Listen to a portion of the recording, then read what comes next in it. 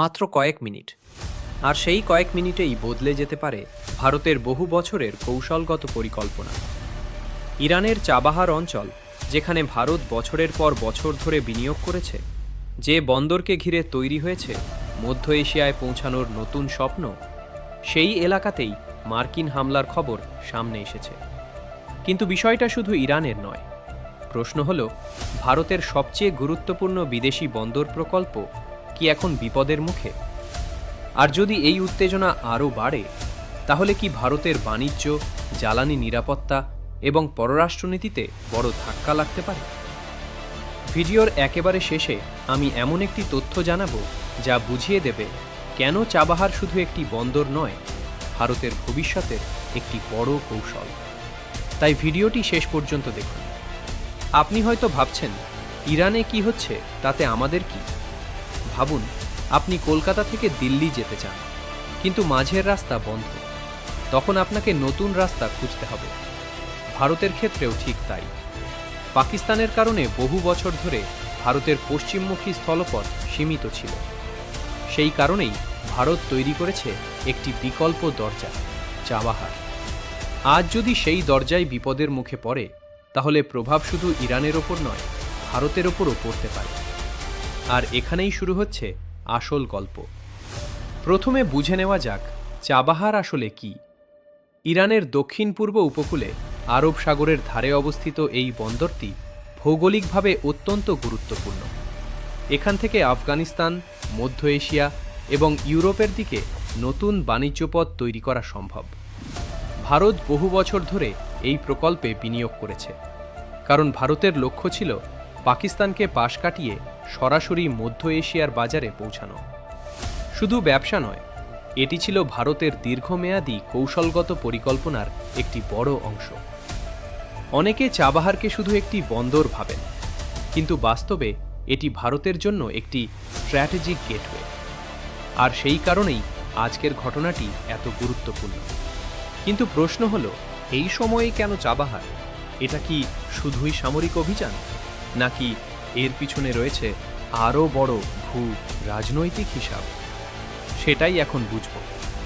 সাম্প্রতিক আন্তর্জাতিক প্রতিবেদনে বলা হয়েছে, মার্কিন বাহিনীর নতুন হামলায় ইরানের দক্ষিণাঞ্চলের একাধিক কৌশলগত এলাকা, যার মধ্যে চাবাহারও রয়েছে, ক্ষতিগ্রস্ত হয়েছে। স্যাটেলাইট ছবিতেও বন্দরের কিছু অবকাঠামোর ক্ষতির ইঙ্গিত পাওয়া গেছে। এখন প্রশ্ন, চাবাহারই কেন? কারণ এই অঞ্চল শুধু একটি বন্দর নয়, এটি আরব সাগরের এমন একটি প্রবেশদ্বার যা হরমুজ প্রণালীর বাইরের একটি গুরুত্বপূর্ণ বিকল্প রুট হিসেবেও বিবেচিত হয়। ভারতের জন্য এর অর্থ বাণিজ্য, জ্বালানি এবং কৌশলগত উপস্থিতি। কিন্তু এখানেই শেষ নয়।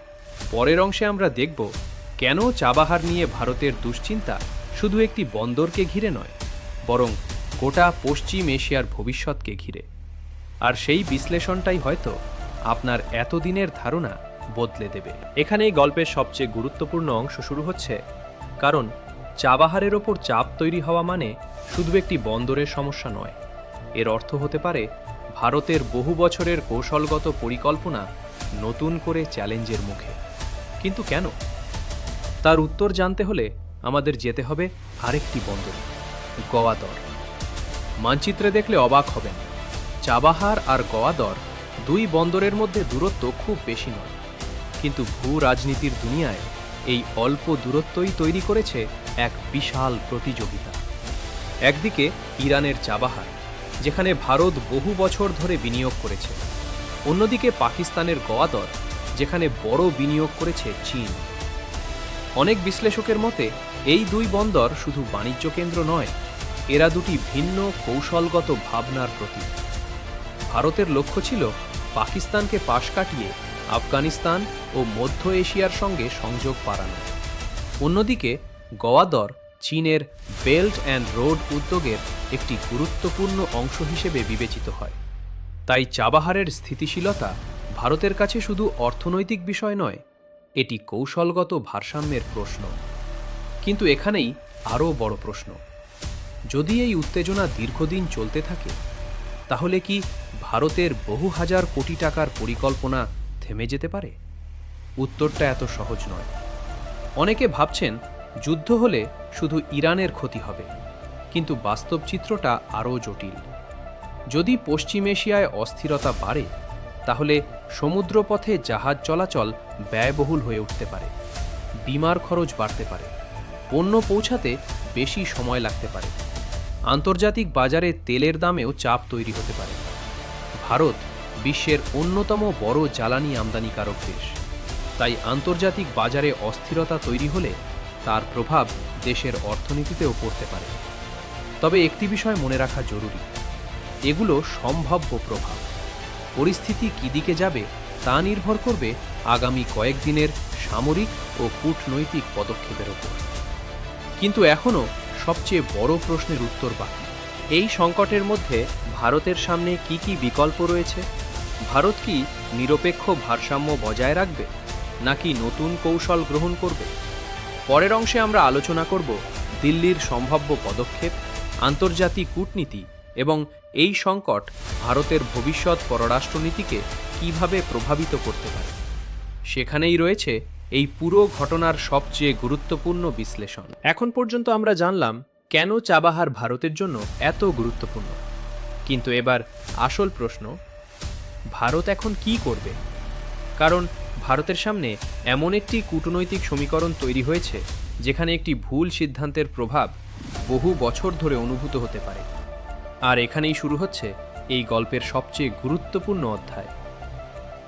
একদিকে যুক্তরাষ্ট্র, ভারতের অন্যতম গুরুত্বপূর্ণ কৌশলগত অংশীদার, অন্যদিকে ইরান, যার সঙ্গে ভারতের দীর্ঘদিনের ঐতিহাসিক জ্বালানি ও আঞ্চলিক সম্পর্ক রয়েছে। এই দুই সম্পর্কের মধ্যে ভারসাম্য বজায় রাখা সবসময় সহজ নয়।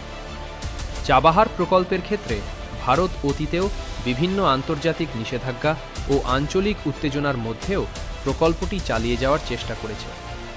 এখন নতুন উত্তেজনা দেখা দিলে দিল্লির প্রথম লক্ষ্য হতে পারে পরিস্থিতি পর্যবেক্ষণ করা, প্রয়োজনীয় কূটনৈতিক যোগাযোগ বাড়ানো এবং ভারতের কৌশলগত ও অর্থনৈতিক স্বার্থ রক্ষা করা। কিন্তু এখানেই শেষ নয়, কারণ শুধু চাবাহার নয়, এই সংঘাতের প্রভাব পড়তে পারে পুরো ভারত মহাসাগরীয় অঞ্চলের শক্তির ভারসাম্যের উপর। প্রথম সম্ভাবনা, উত্তেজনা দ্রুত কমে যায়। যদি কূটনৈতিক আলোচনায় পরিস্থিতি শান্ত হয়, তাহলে চাবাহার প্রকল্পে সাময়িক বিলম্ব হলেও দীর্ঘমেয়াদে কাজ আবার গতি পেতে পারে। দ্বিতীয় সম্ভাবনা, দীর্ঘস্থায়ী উত্তেজনা। এক্ষেত্রে বন্দর পরিচালনা, বাণিজ্য, বিনিয়োগ এবং পরিবহন ব্যয় চাপে পড়তে পারে। ভারতকে বিকল্প পরিকল্পনাও বিবেচনা করতে হতে পারে। তৃতীয় সম্ভাবনা, সংঘাত আরও বিস্তৃত হয়। এটি সবচেয়ে উদ্বেগের বিষয়। যদি পশ্চিম এশিয়ার আরও দেশ সরাসরি সংঘাতে জড়িয়ে পড়ে, তাহলে আন্তর্জাতিক বাণিজ্য, জ্বালানি সরবরাহ এবং সামুদ্রিক নিরাপত্তা আরও বড় চ্যালেঞ্জের মুখে পড়তে পারে। তবে মনে রাখতে হবে, এটি একটি সম্ভাব্য বিশ্লেষণ, এটি নিশ্চিত ভবিষ্যৎবাণী নয়। কিন্তু এখনও একটি প্রশ্নের উত্তর পাওয়া বাকি। এই পুরো ঘটনার মধ্যে ভারতের জন্য কি কোনো সুযোগও তৈরি হতে পারে? অনেকেই শুধু ঝুঁকির কথা বলছেন, কিন্তু কিছু বিশ্লেষক মনে করেন সংকটের মধ্যেও নতুন কূটনৈতিক সুযোগ তৈরি হতে পারে। সেই বিষয়টাই থাকবে শেষ পর্বে, আর সেখানেই থাকবে এই ভিডিওর সবচেয়ে গুরুত্বপূর্ণ উপসংহার। এখন পর্যন্ত আমরা দেখলাম চাবাহার শুধু একটি বন্দর নয়, এটি ভারতের বহু বছরের কৌশলগত পরিকল্পনা, বাণিজ্যিক স্বার্থ এবং পশ্চিম এশিয়ায় উপস্থিতির একটি গুরুত্বপূর্ণ অংশ। কিন্তু শেষ প্রশ্নটি এখনও বাকি, এই সংকট থেকে ভারতের শিক্ষা কী? বিশ্ব রাজনীতিতে স্থায়ী বন্ধু বা স্থায়ী শত্রু বলে কিছু নেই। স্থায়ী হয় শুধু জাতীয় স্বার্থ। ভারতের ক্ষেত্রেও সেটাই প্রযোজ্য। চাবাহার প্রকল্প দেখিয়ে দিয়েছে, শুধু একটি দেশের ওপর নির্ভর করলে দীর্ঘমেয়াদে ঝুঁকি তৈরি হতে পারে। তাই আগামী দিনে ভারত সম্ভবত একাধিক বাণিজ্য পথ, জ্বালানি উৎস এবং কৌশলগত অংশীদারিত্বকে আরও শক্তিশালী করার দিকেই জোর দেবে। একই সঙ্গে ভারত চাইবে পশ্চিম এশিয়ায় উত্তেজনা কমুক, সমুদ্রপথ নিরাপদ থাকুক এবং আন্তর্জাতিক বাণিজ্য স্বাভাবিকভাবে চলতে থাকুক। কারণ সংঘাত যত বাড়ে তার অর্থনৈতিক প্রভাব শেষ পর্যন্ত বিশ্বের বহু দেশের ওপরই পড়ে। কিন্তু এখানেই একটি বিষয় অনেকেই খেয়াল করছেন না। এই ঘটনাটি শুধু আজকের খবর নয়, এটি আগামী 5 থেকে 10 বছরের ভূ রাজনীতিকেও প্রভাবিত করতে পারে। আজকের ঘটনায় 3টি বিষয় স্পষ্ট। প্রথমত, চাবাহারের গুরুত্ব আগের চেয়ে আরও বেশি আলোচনায় এসেছে। দ্বিতীয়ত, পশ্চিম এশিয়ার স্থিতিশীলতা ভারতের অর্থনীতি, জ্বালানি নিরাপত্তা এবং বাণিজ্যের সঙ্গে গভীরভাবে যুক্ত। তৃতীয়ত, কূটনীতি এখন আগের চেয়ে অনেক বেশি গুরুত্বপূর্ণ।